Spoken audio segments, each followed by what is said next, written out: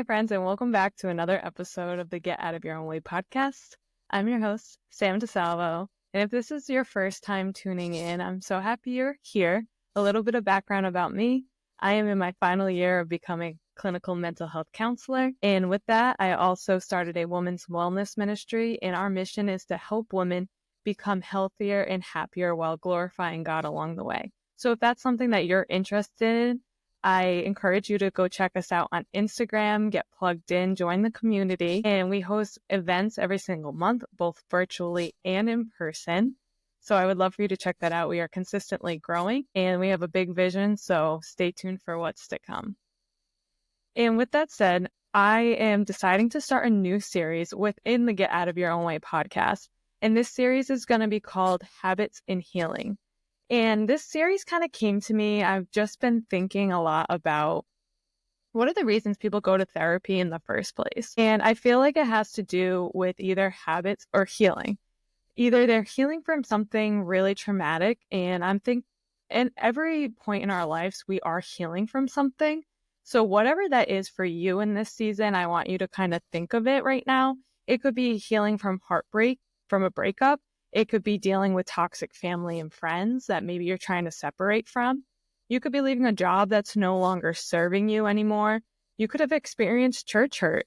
And I think the list goes on and on. So whatever you're healing from, I think all of these topics that we're going to explore in this series could really help you.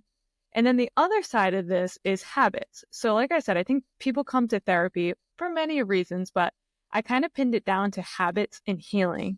And the habit side is becoming that version of yourself that you've known, like you want to be, you know it's in you to become that person. You're just kind of like, how do I get there? And building those habits of becoming that person will help you get there. So I just feel like the two things go hand in hand. And I think you're going to find a lot of value in these episodes. When we enter into a season of healing, it's a perfect time to lean into new habits.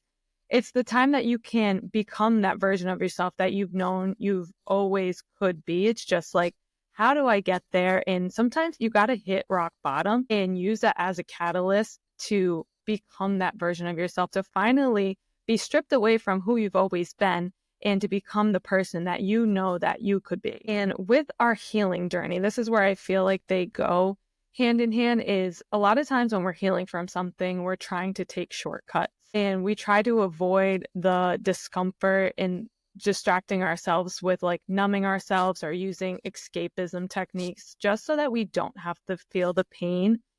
But what I found during my healing journey is that when we try to skip through the hard parts and numb ourselves with bad coping mechanisms, we usually end up back at square one from where we started, and the journey ahead seems so much longer.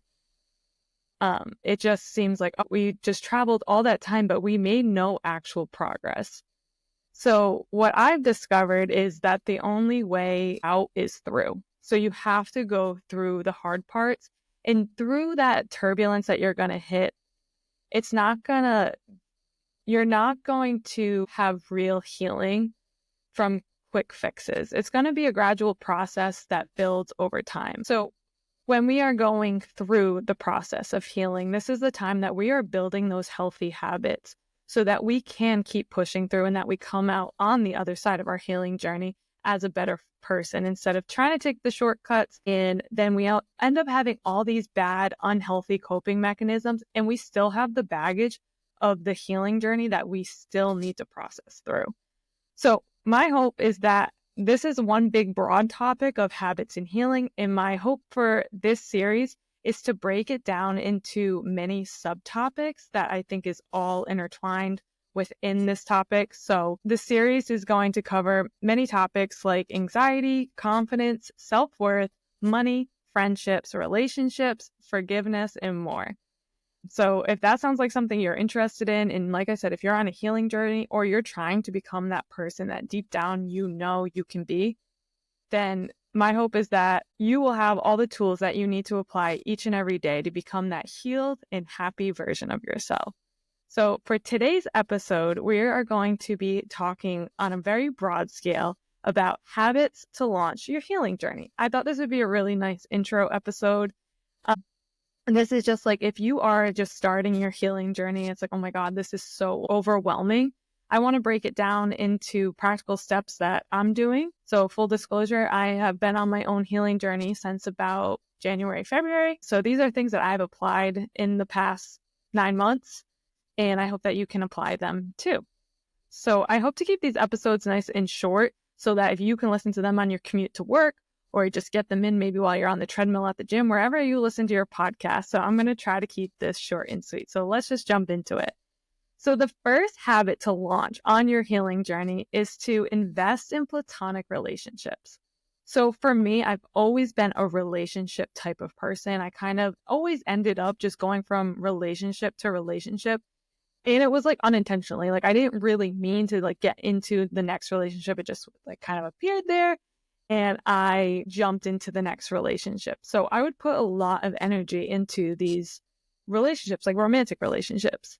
But now, like being able to recognize that pattern I've chose like this time around, like I said, I've been on this healing journey for 9 months, and I'm not just jumping back into anything. I've been intentionally carving a different path, and I've chose not to just run to another relationship to like I said in the beginning of this episode, like mask the pain, numb the pain, escape the pain. Like, no, I want to feel all the feelings and come out the other side as a fully healed version of myself, so that when I am ready to get back into something, I'm in a healthier spot than where I even started. I get to learn from all those experiences and such, but I digress from that. So investing in platonic relationships is something that I have been doing on my healing journey, and it's been revolutionary. So by not running to another relationship, it has forced me to invest my connection bucket into platonic friendships. So surrounding people who uplift me and they'll listen to me without judgment, and they'll support me on my healing journey. So I think that healing happens in healthy connections. So investing your time into nurturing those relationships. And you would be really surprised, just like me, how much love there is in platonic friendships, in relationships. And you get to learn so much about yourself in these relationships, in these platonic friendships, because it's a good way to see how you're showing up and how you have to intentionally put effort into these types of people. They're not just tied to you romantically. It's something that you need to pour effort into and really foster that connection. So I think this is a really good way to learn about who you are. And also it can be a great way to build a new habit on your healing journey of investing in platonic relationships. The next habit on your healing journey is to build a routine that serves you and show up for yourself. So during this season of building habits and also healing, you need to be your number one priority, and not in a selfish way. You just need to make sure that your cup is filled first before you can pour out into any other cup. It's like the air mask on an airplane. And when you build a routine that truly works for you, and you can't just pick one off of TikTok, because it needs to be something that's designed to your life, you need to make sure you do the things that you are going to say you're going to do, because this is a way to gain more self-respect, and you are going to become the type of person that you do the things you say you're going to do, because you want to gain this respect for yourself, that you show up for yourself, because this shows other people you care for yourself, and that therefore they will respect you as much as you respect you. So this will just create a natural confidence in yourself. By sticking to the things that you say you're going to do,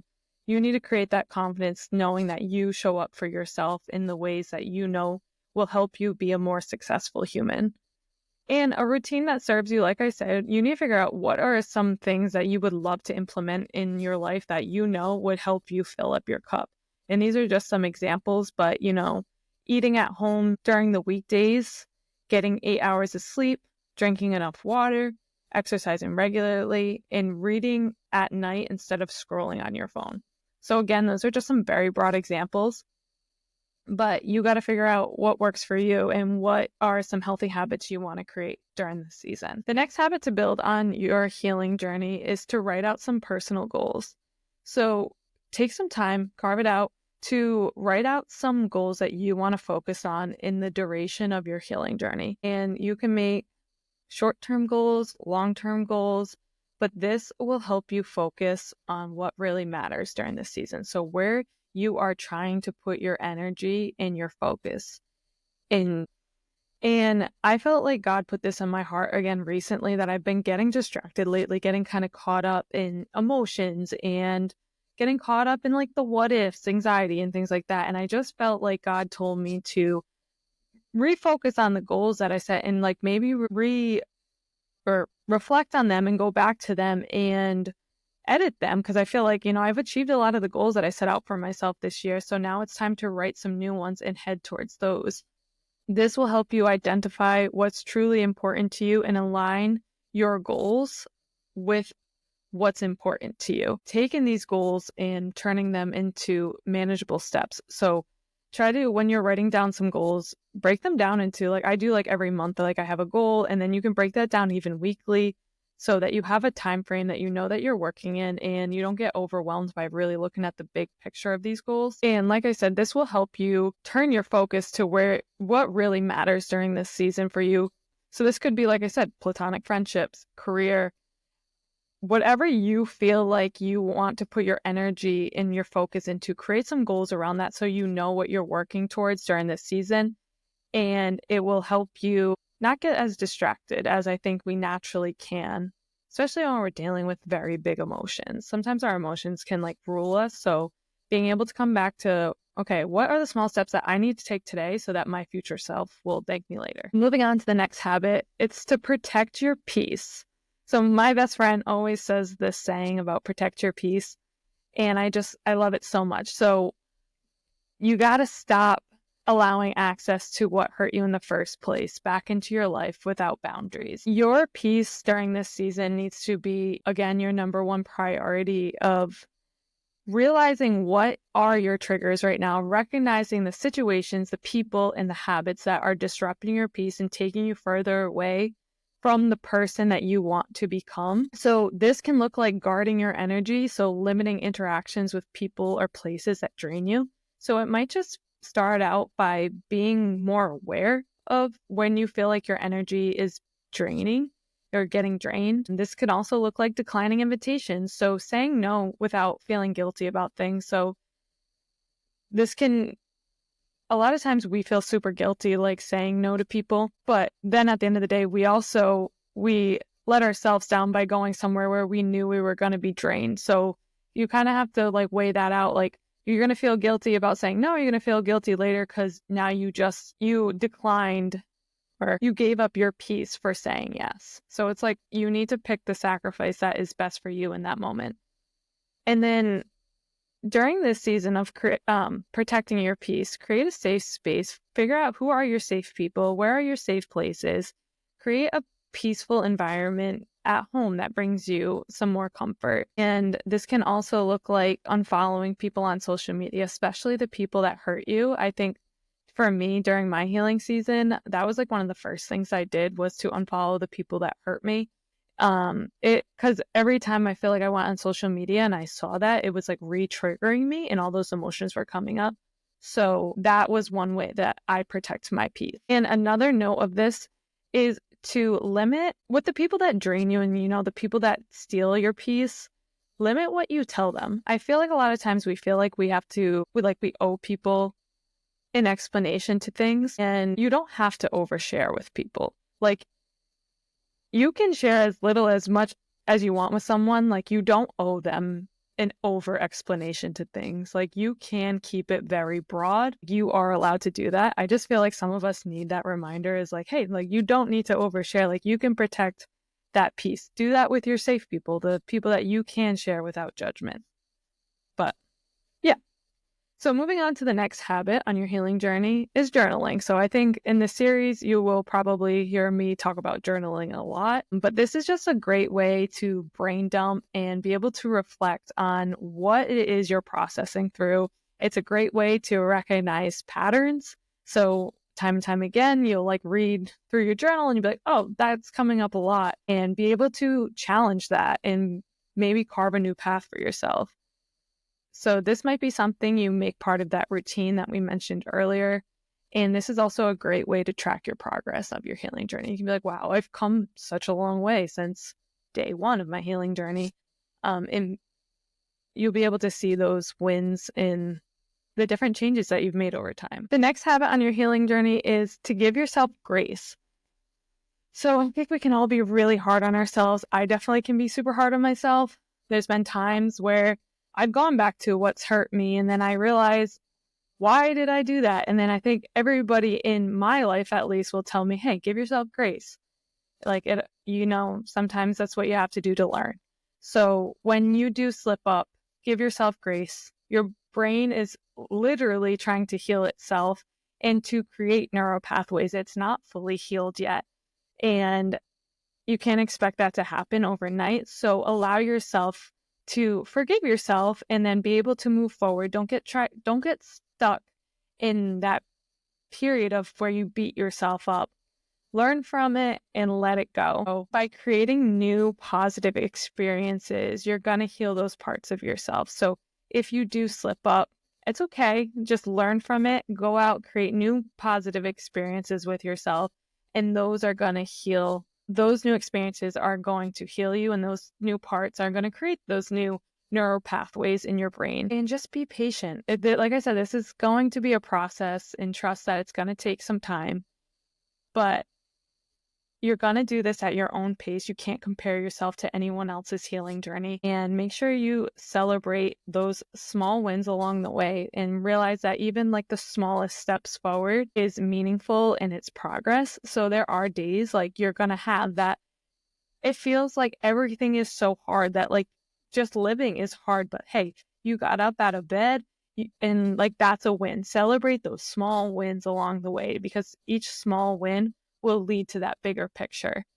And I just feel like I need to say, like, if you're helping somebody on their healing journey, then help them celebrate those small wins too. Acknowledge those small things along the way with them. Moving on to the next habit is to get a coach or a therapist.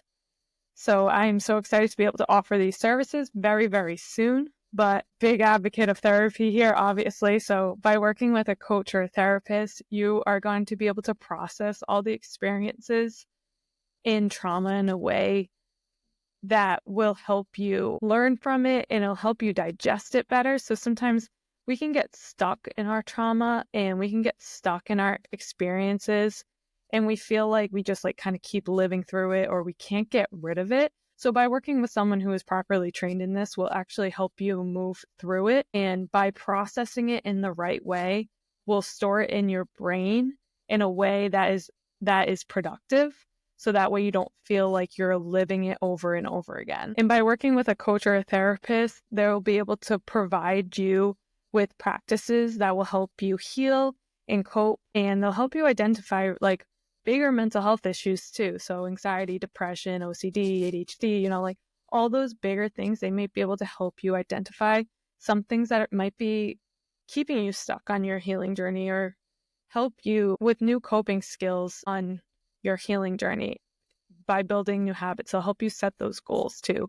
So if you have never been to therapy before, like it doesn't always have to be for a negative experience. If you are trying to become the version of yourself that you know that you can be, or you want to build new habits, that's a reason to go to therapy. Like they can help you get out of your own way, the name of my podcast, and help you build out what those goals look like in manageable steps that work for you. And then also just working with a coach or a therapist will help you explore how that situation that you went through affected you and how you got yourself there in the first place. So that way you don't make it a pattern in your life, and you can learn from it. And that way next time around when you get a choice, you get to choose differently. And the next habit on your healing journey is to surrender it to God. So a lot of times I think that we want to be in control of the situation. We want the situation to get justice on our accord. And sometimes it is about letting go of control and trusting that God is going to bring you out on the other side even better than you could have ever imagined, and let him deal with the justice. Like he is a God of justice, and he is going to balance the scales out. And this might be a time that you come back to God and rely on his strength to carry you through this season. So you might have come to the end of the road of, I can't do this on my own. This is way too heavy for me to carry. Like, you are just looking for something to grab onto, and that this might be the time that you come back into your faith. And by coming back to your faith, maybe you go back to a church or you join the Wellness Hub. This might be a time that you find community. So connecting with others that share in the same faith with you, they'll help encourage you and they'll help strengthen you. So again, if that's something you're looking for, the Wellness Hub is absolutely free. I encourage you to come check us out. We're on Instagram at the Wellness Hub. And moving on to the last habit of your healing journey is to move your body. So my mom has always said this to me, is that emotion is energy in motion. And if you do not express those emotions, the energy ends up getting repressed because it has to go somewhere. So all of these emotions that you deal with, they need to be expressed or they're going to end up getting stored in a way that is not productive for you. So it ends up becoming blocked energy when it's not being used effectively. So when emotions are being blocked from moving through your body, it can be stored in your cells. And then this can lead to somatic feelings. It can lead to ailments. It can lead to physical symptoms. And I think that this topic has grown more awareness. You know, the book, The Body Keeps the Score, a great book if you haven't read it. So being able to work through these emotions, a great way is through movement. So movement can allow you to process through these emotions. And there's been many studies done on this. I'm very fascinated by this topic. So I encourage you during this season just to start moving your body. If you are dealing with some big emotions, start moving your body. Maybe this is a time that you start an exercise regimen, or maybe it's just a time that you start walking more. Like, it doesn't have to be anything super crazy, but just start moving your body through these emotions. And I think that would be a great habit to start on this healing journey. And also, it's a great habit to start building to become that better version of yourself in the future. And yeah, so that is the first episode of the Habits in Healing series. Like I said, we're going to be covering a lot of topics that are just super applicable to day-to-day life. And it'll be a great way for you to build some new habits while also moving through your healing journey and coming out of it on the other side stronger, better, happier. And I'm excited for what's to come. So thank you so much for tuning in, and I'll see you guys next time. Thanks, guys. I really hope you guys enjoyed today's episode. And real quick, if you guys could do a huge favor and share this episode with somebody that you think would be blessed by it. And you can catch me during the week on Instagram at Sam DeSalvo. Have a great week, guys. Bye.